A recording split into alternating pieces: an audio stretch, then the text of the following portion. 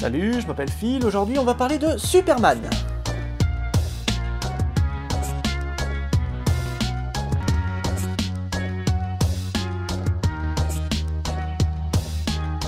Salut, je m'appelle Phil, aujourd'hui on va parler des Nouveaux Mutants.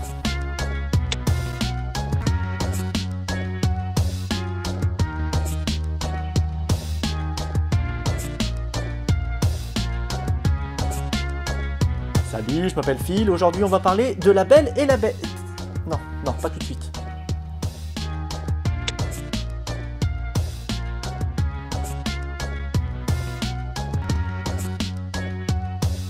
Gun. Ah bah non, je l'ai déjà fait. Mais c'est n'importe quoi, c'est quoi cette histoire de pirate en plein milieu? Et après il y a Fatalis qui pleure.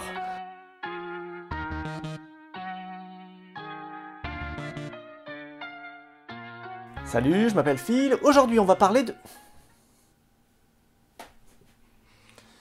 On va parler de Guerre Secrète, c'est parti pour un nouveau numéro de Retro Comics.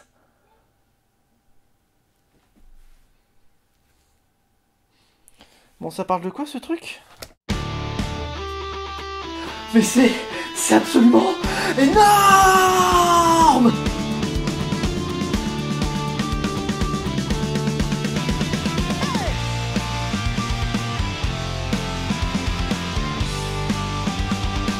Aujourd'hui, on va parler d'un crossover, mais pas de n'importe quel crossover. Là, je m'adresse aux jeunes. Donc à tout le monde. De nos jours, des crossovers, des gros je parle, hein, pas juste les espèces de team-up. Il y en a tous les 4 matins.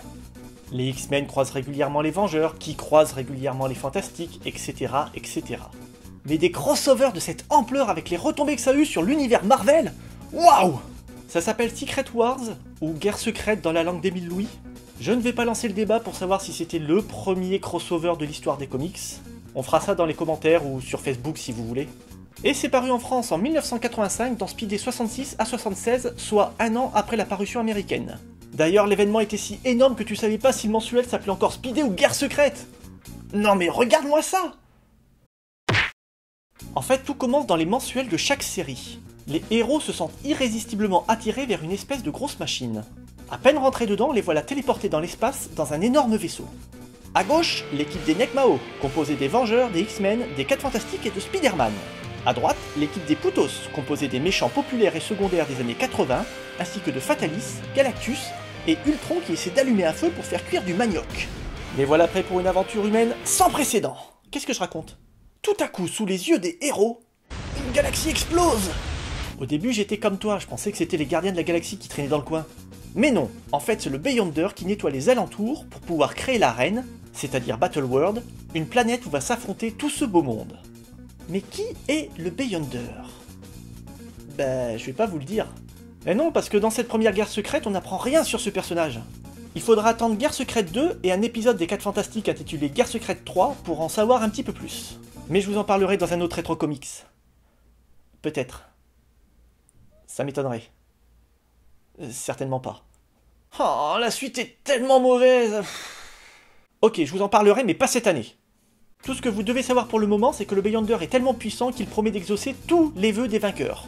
Voilà, c'est ça le délire en fait. Tandis que Magneto se casse pour faire bande à part. Je vous en parle parce que ça aura des répercussions plus tard. L'équipe des méchants ne perd pas de temps et passe à l'attaque. Bon, les gentils ont l'habitude de leur foutre la raclée sur la Terre, donc ça change pas beaucoup sur une autre planète. Hein. Même la chose qui redevient humain à cause de ses pouvoirs qui bug un peu, ça lui pose pas de problème, donc... Ils capturent une bonne partie de cette racaille et les ramènent à leur base, où Magneto s'est introduit avec un plan machiavélique. Le flux de ce générateur va provoquer une catastrophe qui fera accourir tous les super-héros ici. Et la catastrophe fait accourir tous les super-héros ici. Ce n'est pas ce que j'avais prévu. Hein? Magneto s'empare de la guêpe. Je devrais peut-être abandonner ma première idée. J'ai un autre plan maintenant que j'ai capturé la guêpe. Hein? C'était quoi ton plan à la base? Non mais est-ce que t'avais un plan au moins? Parce que là ça donne vraiment l'impression que t'es totalement en train d'improviser, mec! Pendant ce temps, Fatalis utilise la technologie ultra évoluée de sa base pour transformer des civils... Oui, parce que le Beyonder a ramené un bout de Denver. La ville, hein, pas le dinosaure. Pour transformer des civils donc en super méchants. Et ouais, et si vous vous demandez comment Volcana a eu ses pouvoirs, ben c'est comme ça. Hein.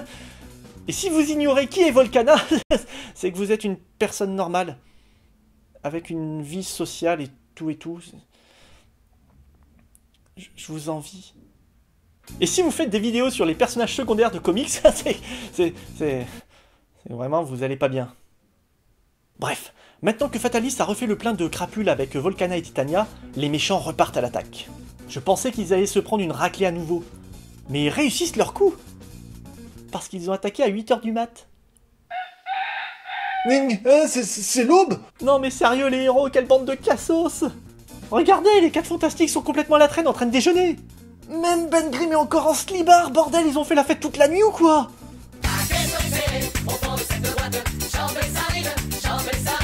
C'est tellement la débandade que les héros sont obligés de fuir tandis que les méchants délivrent leurs collègues et explosent la base.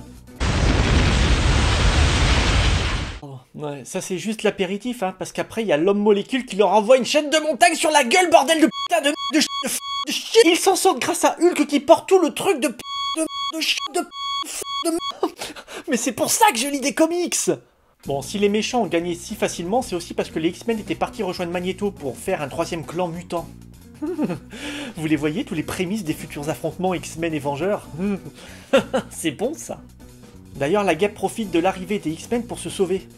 Pas folle la guêpe. J'y crois pas, j'ai osé la faire. De leur côté, les héros trouvent un village, certainement un bout de planète que le Beyonder a emmené là un peu comme Denver. Village où comme par hasard se trouve une guérisseuse. Zachi. Zachi? Zari? Non. Zachi. Zachi? Zachi. Zachi. Zachi, pas de se tromper quand on dit son nom. C'est par là, ok. Là-bas, les héros se font encore attaquer. Mais les X-Men arrivent en renfort. Ok, ils sont alliés à Magneto pour décider d'un vœu pro-mutant en cas de victoire, mais c'est pas une raison pour oublier les copains. Ces attaques répétées font partie du plan de Fatalis pour distraire Galactus afin d'entrer dans le vaisseau du géant bouffeur de planètes que ce dernier a fait venir du fin fond de l'espace.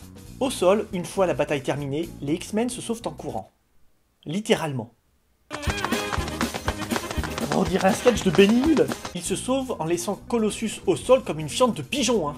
Parce qu'on veut bien aider les impérialistes américains, hein, mais les cocos soviétiques, à ça non. Un peu plus tard, les méchants viendront jeter le corps de la guêpe qu'ils ont croisé par hasard. C'est dommage quand même, hein, elle échappe à Magneto pour tomber sur ses tarés. Ah, elle est morte au fait, hein. Ouais, on s'en fout. Elle a jamais rien fait de mémorable hein, quand on y repense. Hein. Y a pas d'épisode culte de la guêpe, par exemple. À part se faire baffer par son mari d'homme-fourmi, c'est un peu la Marie Trintignant des comics. Hein. Non, sérieux, hein, citez-moi 3 films avec elle sans aller sur Wikipédia. Même moi qui suis un grand amoureux du cinéma, j'en suis incapable. Bon, la guêpe sera sauvée par Zachi. Bon, la guêpe sera sauvée par la guérisseuse qui a failli perdre sa vie pour elle. Oh non, je ne suis pas maquillée. Et les cheveux, oh mon Dieu! Pitoyable guêpe de mes... N'empêche que cet événement va déclencher quelque chose chez les héros qui étaient jusqu'à maintenant très passifs. Peut-être parce qu'ils voulaient pas entrer dans le jeu du Beyonder. Ou parce qu'ils ont plutôt l'habitude d'être défensifs, je sais pas. Parce que maintenant, comme dirait Cap, nous passons à la contre-attaque. Pendant ce temps, dans le vaisseau de Galactus, Fatalis trouve Klaw, qui est lié à Galactus depuis que Dazzler a... Oui, Dazzler était le héros de Galactus. Oui, comme le surfeur d'argent. Ok, on parle d'autre chose.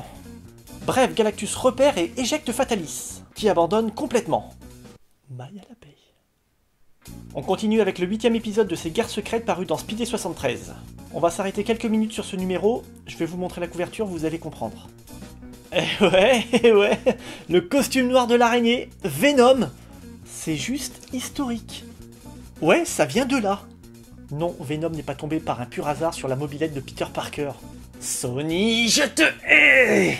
En fait, Spider-Man voulait se servir d'une machine qui répare les costumes, mais il s'est trompé d'engin et il a délivré Venom de sa prison. Stephen Wolf? C'est vraiment un numéro exceptionnel. Stephen Wolf? Mais bordel, c'est qui ce Stephen Wolf qui a foutu des coups de tampon partout sur mon speedé? Et si vous connaissez un Stephen Wolf ou si vous le trouvez sur Facebook, vous lui dites que c'est moi qui ai son speedé là. Ouais, le speedé où Spider-Man il sort Venom de prison. Ouais, la prison qui était à côté de la machine à costume. Lui dites pas, il va se moquer de moi sinon. C'est aussi dans cet épisode que les héros passent à l'attaque et nom de Dieu, ils font pas semblant. Et vas-y, qu'œil de faucon, plante une flèche dans le compresseur. Et ping, l'enchanteresse prend un grand coup de bouclier dans ta face. Et hop, Titania, jetée par la fenêtre par Spider-Man. On est gentil, mais faut pas nous faire chier. Bon bah finalement, les héros ont gagné le jeu. Et non, il reste une personne à vaincre. Galactus qui était rangé, à tort, parmi les méchants au début des hostilités. Seulement problème, Reed Richards, le leader des 4 Fantastiques, pense qu'il faut laisser Galactus vaincre le Beyonder. Et oui, ainsi repé de l'énergie de son ennemi, le géant n'aura plus besoin de se nourrir de planètes. Et le sacrifice de quelques héros terriens permettra de sauver des milliards de vies. Je suis convaincu qu'il faut le laisser faire. Écoute Reed, t'as pas tort c'est vrai, mais si tu pouvais prendre en compte le... On peut le vaincre. Hein? Ok, d'accord, c'est ça. Hein? De là à là, il y a 4 pages. Le gars a changé d'avis en 4 pages. Le mec, pas du tout psychologiquement instable, quoi. Tout le temps en train de changer d'avis. Moi, je vais arrêter de faire des vidéos parce que j'en ai marre. Des culottes d'enfant. Des petites culottes d'enfant. Ouais, et puis si je continue, les gens m'aiment bien. Pour s'attaquer au Beyonder, Galactus a besoin de force. Il transforme donc son vaisseau en énergie, énergie que Fatalis, qui a repris du poil de la bête, canalise en lui grâce à Klaw, qui est lié à Galactus depuis l'affaire de Dazzler. Là. Il a coupé Klaw en tranches et s'en est servi pour détourner l'énergie. Voilà, c'est... C'est cool à lire, ça l'est moins à l'expliquer. Fatalis finit par vaincre le Beyonder et devient tout puissant. Il tue tous les héros. What?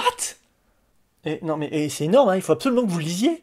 Ça se finit lorsque le Beyonder, qui a pu se réfugier in extremis dans le corps de Klaw, je résume très vite, hein, comme d'habitude, profite du fait que Fatalis a du mal à être Dieu, le manipule pour le faire douter, et si les héros avaient survécu? Pour faire revenir ses adversaires qui triompheront de lui, Fatalis ayant du mal à accepter sa condition de tout-puissant. Les héros ayant enfin gagné, la planète se charge d'une énergie positive.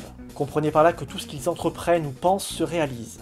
Par exemple, les X-Men retrouvent Loki, le dragon de Kitty Pryde, Cap répare son bouclier par la pensée, ils peuvent enfin retourner sur Terre, tout est bien qui finit bien. Alors comme d'habitude, hein, je vous ai énormément spolié, mais il faut quand même que vous lisiez ce Guerre secrète. J'ai fait plein d'ellipses, je suis passé à côté de plein de choses pour pas que la vidéo fasse 30 minutes. Il reste encore beaucoup à découvrir. Jim Shooter au scénario a fait du très bon boulot. Et c'est pas évident avec autant de personnages et de situations à gérer. Et puis tout est bien amené, je trouve. Au début, les héros sont un peu coincés, alors qu'au contraire, les ennemis sont très offensifs.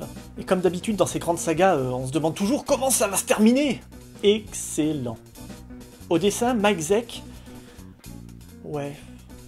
Il avait bossé surtout sur Captain America, et il y a 2-3 épisodes qui sont dessinés par Bob Layton. Hein.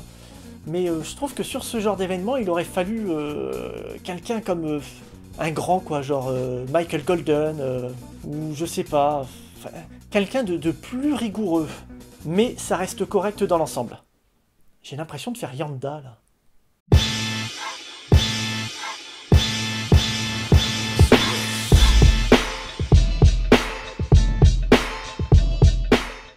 Guerre secrète édité chez Panini Comics que je vous recommande grandement, même s'il n'y a pas Batman dedans. Et maintenant, je vais répondre à une question chou-fleur level 3. Qui est le plus fort? Thanos ou le Beyonder? Batman. Sérieux, ça reste une de mes histoires préférées, tout éditeur confondu. Merci d'avoir regardé cette vidéo, j'espère qu'elle vous a plu. N'hésitez pas à laisser un petit commentaire là-dessous ou sur Facebook. N'hésitez pas à vous abonner pour ne pas louper les prochaines vidéos, ce serait catastrophique pour vous. Et sinon, encore merci pour tout et je vous dis à bientôt.